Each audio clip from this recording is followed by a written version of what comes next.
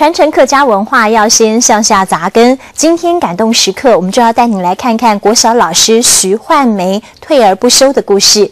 徐焕梅其实她已经70几岁了，不过退休之后呢，传承的使命并没有因此停歇下来。她一样到国小教小朋友演客家话剧、唱客家歌谣。她还把古早味的生活经验也全部融入其中，要让小朋友懂得饮水思源，不忘本。跟着唱啊哈！大声了啊，水吧。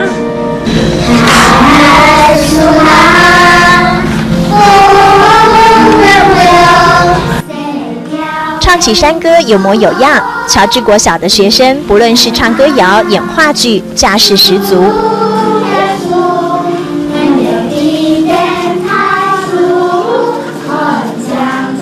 手舞足蹈，让小朋友能演也能唱的灵魂人物就是她，徐焕梅。教小朋友又唱又跳，不说真的不知道，她已经70几岁了。来，两个相对，两个相对，人老心不老，四处搜集有趣的客家歌谣，加上动作，让老歌谣更生动。太阳很大，很大，是不是？面头好。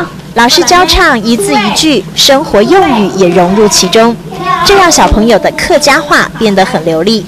比如说吃饭啦，洗衫裤啦，要那语词啊，那个一点都会，他们就知道了。从学童谣里面，他们就开始会讲客家话。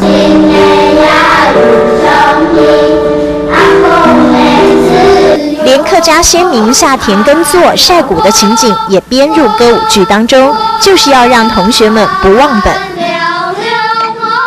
客家童谣不止唱，早期客家风情他们也能体会了。像客家人种田要带什么？要带铃嘛，然后还有工作的时候要拿那种就是锄头，然后去弄那个耕种土地，就会比较辛苦。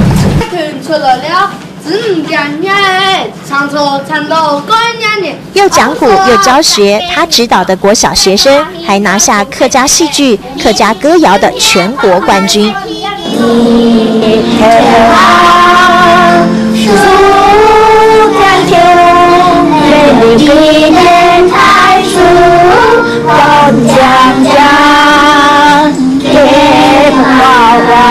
推动客家乡土文化，徐焕梅不遗余力。小学老师退休的徐焕梅退而不休，要继续投入热情，传承客家文化。客家歌谣熟悉的音符搭配动作，演绎山歌精髓，搬上舞台诠释先民生活。孩子们带着些许声色，唱出快乐，唱出兴趣。